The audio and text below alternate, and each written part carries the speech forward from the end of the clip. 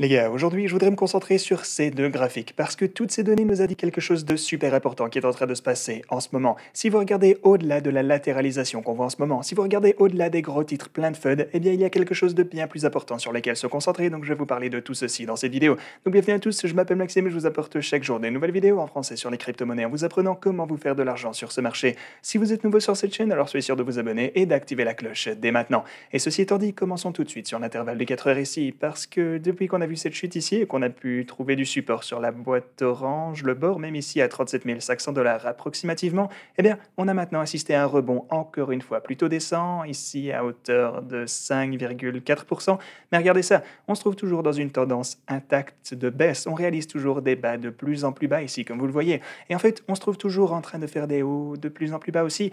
Du coup, bah ouais, voilà un peu pourquoi je me montrais vraiment prudent durant les quelques dernières semaines, et spécialement alors qu'on a vu cette poussée juste ici. Eh bien, je vous disais, écoutez, on est en train de s'approcher de la ligne rouge. On est déjà au sein de la boîte orange, il s'agit d'une énorme résistance, et après ça, on s'est bel et bien fait rejeter. En fait, on se trouvait extrêmement proche de déclencher l'un de mes autres niveaux d'achat ici pour mon trade, mais ne vous inquiétez pas, je vais un peu plus vous reparler de tout ça dans un moment. Mais ouais, tout ça pour vous dire que c'est vraiment pas passé loin, c'est vraiment pas de chance d'être passé à une cinquantaine de dollars, mais bon, peut-être qu'on va pouvoir avoir d'autres occasions de remplir ça quand même. Sinon, sur l'intervalle de 4 heures, je suis toujours prudent, comme je le disais, on latéralise toujours, on est toujours en général en train de descendre, mais si vous avez regardé ma vidéo d'hier, je vous avais également parlé ici d'un potentiel mouvement majeur, car on est en train de s'approcher de ma ligne orange ici en bas, et attention ici je vous parle des marchés traditionnels, faites attention, et vous pouvez voir que maintenant avec du recul on a effectivement vu un tout gros support ici, on a pu décoller de ce niveau à nouveau, mais pourquoi est-ce qu'il était possible de voir ceci arriver à partir de ma ligne orange, vous me direz? Eh bien simplement parce que c'est ce qu'il s'est passé ici récemment à chaque fois.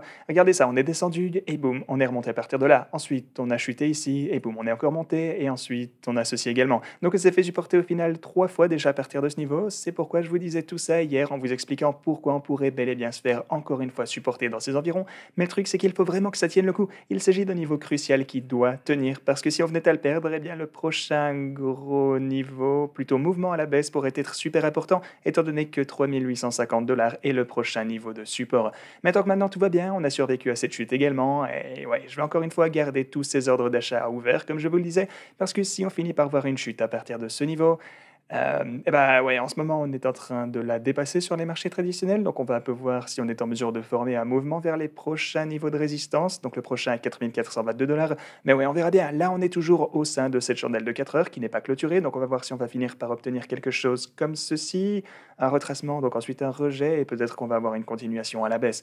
Donc voilà, en général, comme vous l'avez certainement déjà constaté, eh bien, cette période est vraiment très incertaine concernant la direction que vont pouvoir prendre les marchés. Mais une chose dont je suis sûr, même si bien sûr dans les cryptos, le trading, vous ne pouvez jamais être certain de quelque chose à 100%, mais il y a tout de même une raison pour laquelle j'ai pris tous ces trades. Le truc, c'est que le plus bas on ira, le plus lourdement j'entrerai dans la position. J'ai 100 000 dollars en ordre d'achat ici à 34 800 dollars, parce que, bah, on sait jamais simplement. Est-ce qu'on va simplement chuter jusqu'à remplir cet ordre à 37 610 dollars? Est-ce qu'on ne va que chuter jusqu'à 35 950 dollars? Eh ben, un truc que je sais, ça j'en sais rien pour vous répondre, mais ce que je sais par contre, c'est que je m'attends pas à ce qu'on repasse le fameux niveau des 30 000 dollars. Je pense que ça n'arrivera jamais. Voilà pourquoi tous mes ordres d'achat sont ici, parce que peu importe ce que fera le prix, j'ai assez confiance en le fait que je peux construire ma position ici, et ensuite je serai en mesure de prendre mon profit à un niveau bien plus important, peu importe lequel de ces ordres d'achat sera rempli en premier.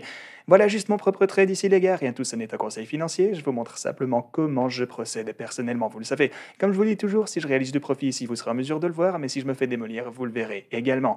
Du coup, sur l'intervalle hebdomadaire, on se trouve toujours dans une position un peu bearish ici, on est toujours en dessous de la ligne rouge que vous voyez ici en train de descendre. Vous voyez que rien n'a vraiment changé pour le coup, et pareil sur l'intervalle hebdo, on est toujours en train de s'approcher de cette ligne de tendance sur ce précédent canal ici, et maintenant, ouais, ce niveau se trouve à 40 000 dollars approximativement, genre, ouais, je dirais 40 100 dollars ou un truc comme ça. Bref.